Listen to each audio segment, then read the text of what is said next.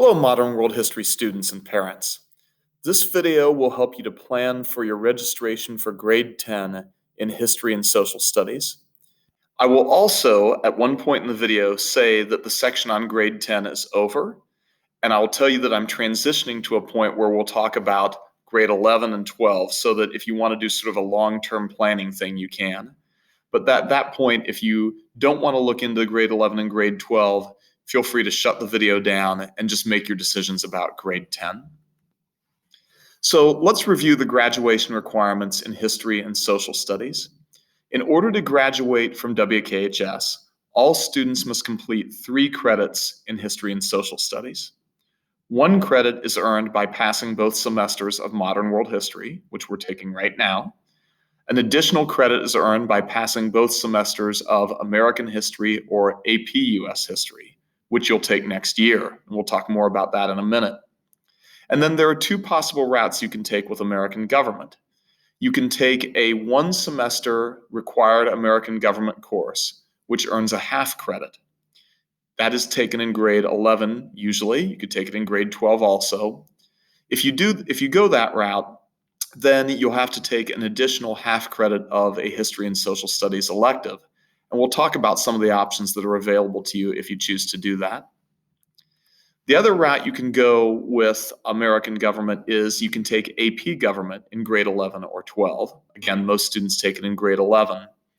And AP government is a full year long, so it earns a full credit. And so if you're taking AP government, you've got your 1 credit for world history, your 1 credit for American history, your 1 credit for AP government. That completes the 3 credits required for graduation. So you don't need to take any additional electives in history and social studies. I would point out that most students at WKHS end up taking more than 3 credits. The average student graduates with about 3.5 credits in history and social studies. And if you're looking to earn the Ohio Honors Diploma, you need to complete 4 credits in social studies. But the real decision that all of you have to make for next year is whether to take American history or AP US history. American history is the standard course that grade 10 students take in history and social studies. AP US history is a college level course, so it's meant to really replicate the experience of taking a freshman level college history sequence for US history. So let's talk about the differences between the two a little bit. I would say that if you take regular American history, you're going to experience a level of challenge that is equal to or maybe even less than modern world history. The reason why I say potentially less is just the mathematics of it. In modern world history, we're looking at the last really 400 or 500 years of history of the entire world. So that's a lot of ground to cover. And so we move pretty quickly, and every class is sort of chock full of information. And so that makes modern world history pretty challenging. In the American history class, they're really focusing on the last 150 years of US history. And it's just one country, just the United States. So I think simply from a perspective of how much content is being covered, you might find American history to be not quite as challenging. Or certainly no more than an equal challenge to what you've experienced this year. So you'll be using in American history a grade 7 to 10 reading level text. You haven't really used a textbook here in my class because I haven't found one that I think does a decent job. And so we haven't done a lot of textbook reading in modern world history. The textbook that you'll use in regular American history will not be particularly challenging to you. It'll be at or below your current grade level because you'll be in grade 10. A lot of short sentences, short paragraphs, a lot of visuals, and so a fairly accessible textbook. Homework tasks will be short. They won't require a lot of your time. I would imagine that an American history homework task will take 20 to 30 minutes, and you'll have maybe 2 to 3 at most per week. Unit tests will be perhaps a lot like the ones that you're taking with me, a combination of multiple choice and short answer questions, maybe some short essays, but probably not a lot in the way of multi-paragraph essays, certainly no more than what we're doing in our class. And American history fulfills your graduation requirement. If you choose to take AP US history, you're going to experience a level of challenge that is much greater than what you get from modern world history. It is a university level course, and therefore you'll be using a textbook that is a college level textbook. The textbook will therefore be higher than your current grade level, which is grade level 10. It will have pretty elevated vocabulary. It will have complex sentences. It will have long paragraphs. And the sheer volume of words per page will be greater. Not as many pictures, not as many visuals. And also, you'll be reading what are called primary source documents, which are historical documents written at the time that history was being made. And so at the beginning of the year, you're talking about documents that would have been written in the 1600s, 1700s, 1800s. And of course, people wrote very differently then than they do now. So reading those documents will present an added challenge to the reading side of the course. In terms of homework tasks, rather than short homework tasks, you'll be outlining chapters from the textbook. And that can be pretty time consuming. The AP US history teacher, Mr. Chittister, says that you can expect that on an average night, you'll have 30 to 45 minutes of homework. Some students choose to do their entire chapter outline in one night. If so, that'll take 2 to 2.5 hours. But if you spread out the task over several nights, you'll average 30 to 45 minutes per night. Unit tests will include multiple choice questions, but they will include multi-paragraph essays as well. This year in modern world history, we're sort of in the process of working you up to writing a multi-paragraph essay.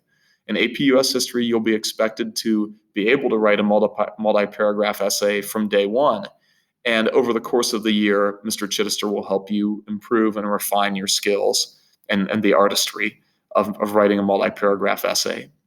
If you take AP US history, you earn your graduation requirement, but you may also earn college credit. At the end of AP US history, you have the opportunity to take the AP US history exam. It will cost about $100.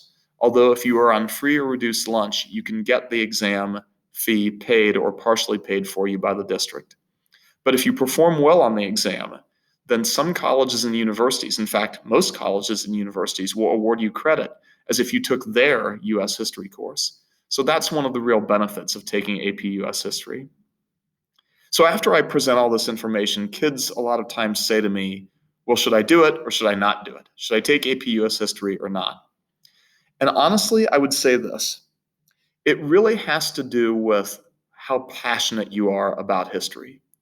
Because AP US history is a lot of work. It is a difficult course. It is a tough as nails course. It's the kind of course where at the beginning, you will be working harder than you ever have, but you may be getting grades lower than you've ever gotten. So you may be a student who's earned A's all along, but in the first grading period of AP US history, you'll be saying to yourself, oh my gosh, I'm working harder than ever and I'm getting B's, maybe even a C thrown in there. And that can be very frustrating and very difficult to deal with. And what you have to be able to understand when that happens is you have to say to yourself, and parents, you need to accept this too, you have to say to yourself, I'm not experiencing lower grades because I'm inadequate, or even necessarily that I'm not working hard enough. I'm experiencing lower grades because I've taken on a challenge that is greater than any challenge I've ever had in my middle school or high school experience. You're taking a college level course in 10th grade. You're doing college level work really sort of 3 years earlier than you're supposed to be doing it. So you have to be patient with yourself. You have to be patient with the teacher, Mr. Chittister. And you have to know that if you do the things that Mr. Chittister asks you to do, you will eventually get where you want to go. But in the meantime, it will be difficult, it will be challenging, and it will feel like you're working harder than ever, but getting a lower grade than what you're used to. So the question is, can you handle that? Can you handle that emotionally? Parents, can you support your kids through that? That's a really, really important thing to ask yourself. And I think it also then goes back to the question of how passionate are you about history? Because if you really, really love history, then it will be worth it. If you don't really, really love history, then you're just going to be miserable. So I would not take AP US history just because you think you need to do that to have it show up on your college transcript to get into the college of your choice. There's no one course that you can or don't take in high school that will decide whether you're going to get into the college of your choice. You shouldn't take AP US History just because you want it to show up on the transcript. You shouldn't take it because your friends are taking it. You should take it if you are really passionate about history. If you are, then it will be worth it. If you aren't, then it will be miserable. And I will tell you that if you're not passionate about it, there will be plenty of opportunities in the future for you to challenge yourself in high school. There'll be other honors courses, there'll be other AP courses, there are IB courses, the IB diploma program, plenty of opportunities to challenge yourself at Worthington Kilbourne High School other than taking AP US History. On the other hand, if you are passionate about history, the great thing about AP US History is it puts you in a classroom with other people who feel the same way. And for many history students, that alone is worth it. Now, I will tell you this. This is not the only time you have to think about this. I would encourage you, if you want me to help you go through this process and make an assessment yourself of whether you individually should take AP US History, then I'd be very open to having that conversation with you as an individual. Now, also available to you next year, if you think that probably you're going to take regular government, which is a half credit course and only one semester, if you think you're going to take regular government in 11th or 12th grade, you will need to take an additional elective in social studies. All of our electives are half a year long, one semester, and therefore they earn half credit. 3 of those electives are available to you starting next year. Those are classical humanities, global cultures, and American multicultural studies. These are all one semester courses. They earn that half credit that you need to fulfill your 3 credits of history and social studies to graduate. They will also be available to you in grades 11 or 12. So if one of these sounds interesting to you, but you can't fit it into your schedule for grade 10, you can take it in grade 11 or grade 12. But I'm going to give you a little outline of each of these. Classical humanities, which is typically taught by Mr. Buck, focuses on ancient Greece and ancient Rome. So for those of you who really enjoyed ancient Greece and ancient Rome in 7th grade, and you were kind of bummed out that we didn't really do a job on those in modern world history, this course is for you. There are really 5 units in this course. The first is ancient Greek history, which takes you all the way up through the conquest of Alexander the Great.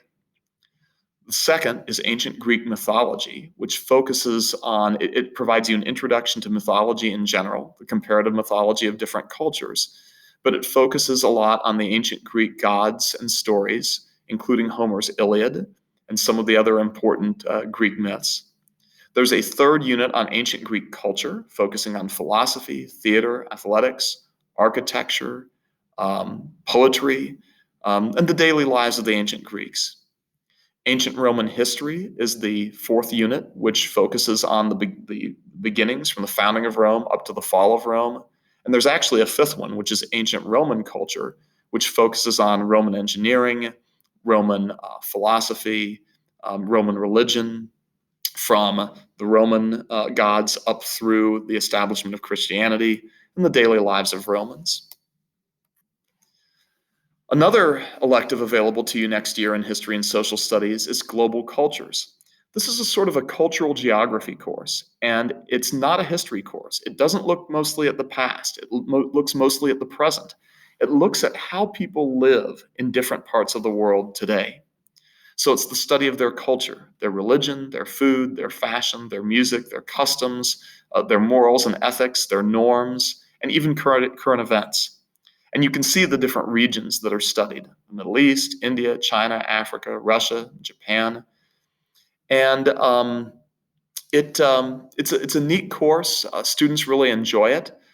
In a normal year, I don't know if this will be possible with COVID, but in a normal year, it includes field trips to local restaurants. And students who are interested in the world today and in learning about different cultures really enjoy global cultures. Again, that's available to you starting next year as a grade 10 student. It will continue to be available to you in grades 11 and 12. And finally, American Multicultural Studies. This is an elective offered that focuses on how our culture, the culture of the United States, has been shaped by different cultural groups in the United States. These include African Americans, Asian Americans, Native Americans or American Indians, Latino Americans, and it focuses on their contributions to the American culture. It also focuses on current issues that are faced by persons in those groups and talks about how American culture sometimes does, sometimes doesn't honor and respect the contributions of those groups. So it's very much a course that focuses on our country and the various cultures who have contributed to our country, and it helps to connect the past with the present. So those are the 3 electives that are available to you starting in grade 10. Now, I'm sorry, this header right here, electives, doesn't belong there. Let's talk about important dates coming up. Our assistant principal, Mr. Peterson, is creating an electronic course catalog, which has short videos about each of the courses in all of our academic departments. That will be online soon. In fact, by the time you view this video, it may have already been made available to you. On Wednesday, January 27th, we'll have curriculum night. This is a night when there will be Zoom meetings held by all of the departments where you can speak live with teachers to learn about the different courses that are available to you. So instead of having to rely simply on recorded videos like this one, you can ask questions live. From Monday, January 25th through Friday, February 12th, the online registration system will be open for students. That's where you go in and you actually make your course requests for next year. Now, I'm about to shift over into the section of the video that takes a bigger picture and looks at the next couple years, grade 11 and grade 12. If you're not interested in that at this time, and I don't blame you, feel free to shut off the video now. But I want you to know that you are certainly welcome to email me with any questions anytime. If you have any questions or you need information, send a message to my school email, jjordan@wscloud.org. And for those of you who are leaving at this point, thank you for watching. I hope I was helpful to you, and I'll talk to you again soon. For those of you who want to talk about grade 11 and 12, we'll continue with that. So in grade 11, you have another choice to make, and that choice is made between taking American government and AP government. And the difference between American government and AP government is fundamentally the same as between American history and AP US history. American government is a basic high school requirement. AP government is a college level course. Again, in American government, the challenge level will be roughly or equal to that you experience in modern world history or in American history. Again, you'll be dealing with a grade 7 to 10 reading level text, short homework tasks, and unit tests that are multiple choice and short answer questions. The American government course is a semester course, so half a year, and it fulfills your graduation requirement. You earn half a credit, which again means that if you choose regular American government, you will need to take an additional half credit of elective in history and social studies to meet your 3-credit graduation requirement. If you take AP government, again, the challenge will be greater than modern world history. I would say that it's probably not as great as taking AP US history. There are many more students who take AP government than take AP US history because the amount of content that's covered in AP government just isn't as much, and it's not as difficult as an AP US history. So there are a lot of kids who don't take AP US history, but they do take AP government. It is, however, a college level text, so a text that will be at grade level for grade 11 or 12 or higher. And you will read some analysis, so people writing articles that are analytical in nature, and you might even read some court decisions. It does include research and writing, and it includes a significant participation component. You need to be willing to talk in class and contribute to class discussions. Unit tests will include multiple choice and multi-paragraph essays. AP Government fulfills the graduation requirement for government, and it is a full year long, so you earn 1 full credit. Now that means that if you take AP Government and pass both semesters, along with Modern World History and US History or AP US History, you will have fulfilled your 3-credit requirement to graduate from Kilbourne. And again, like with AP US History, you can take the AP Government exam at the end of the year. Cost is $100. And if you perform well enough on it, you can earn college credit. So what do I have to say about AP government versus American government? Now, let's understand this is not a choice you have to make right now. You have to choose between American history and AP US history right now, but this choice you can sort of put off. I would say the same thing though.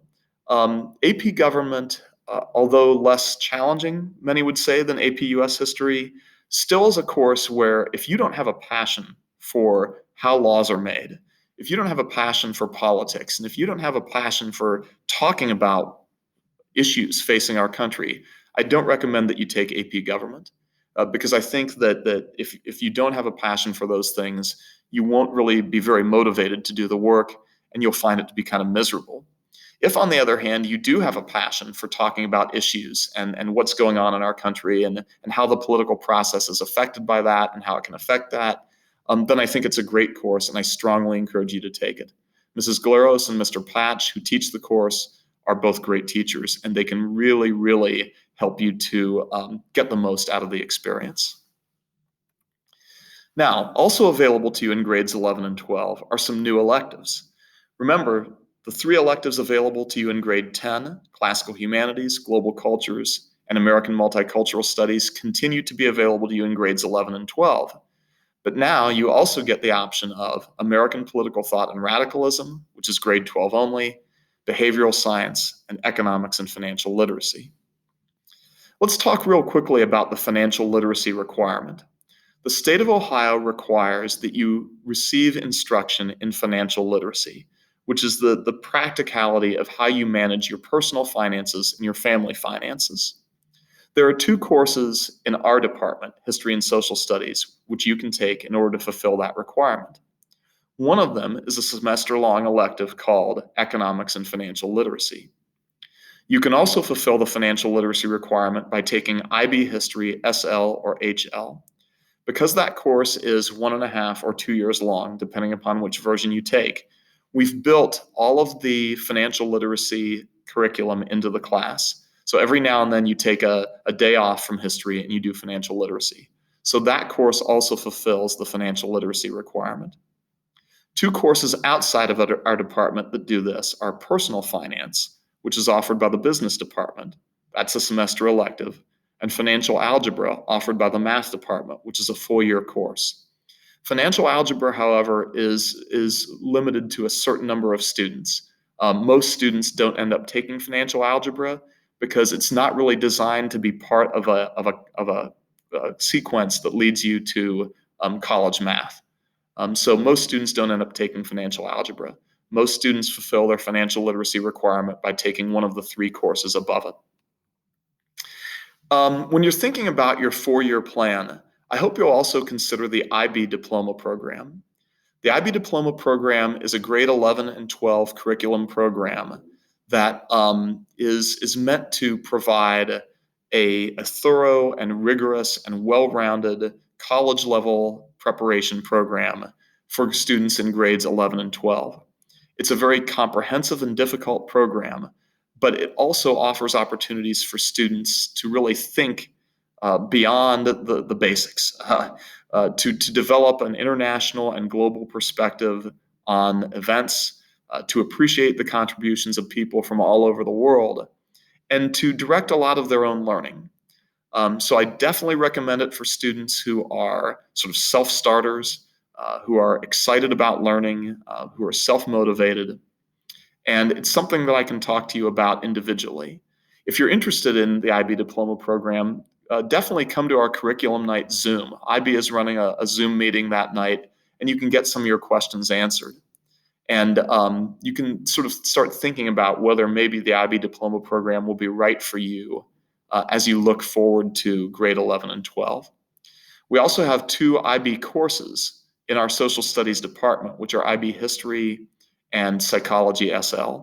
Those courses do not have to be taken as part of the IB Diploma Program. They can be taken as standalone courses or a la carte courses. And as I mentioned before, IB History also covers the financial literacy requirement. So that's as far as I'm going to go for now. Again, if you have questions or if you need additional information, I definitely encourage you to email me at my school email, which is jjordan@wscloud.org. So thanks again for viewing. I hope that this has been helpful to you, both students and parents, and I look forward to having conversations with you about this if that's what you need. Until then, take care of yourselves. Goodbye, everyone.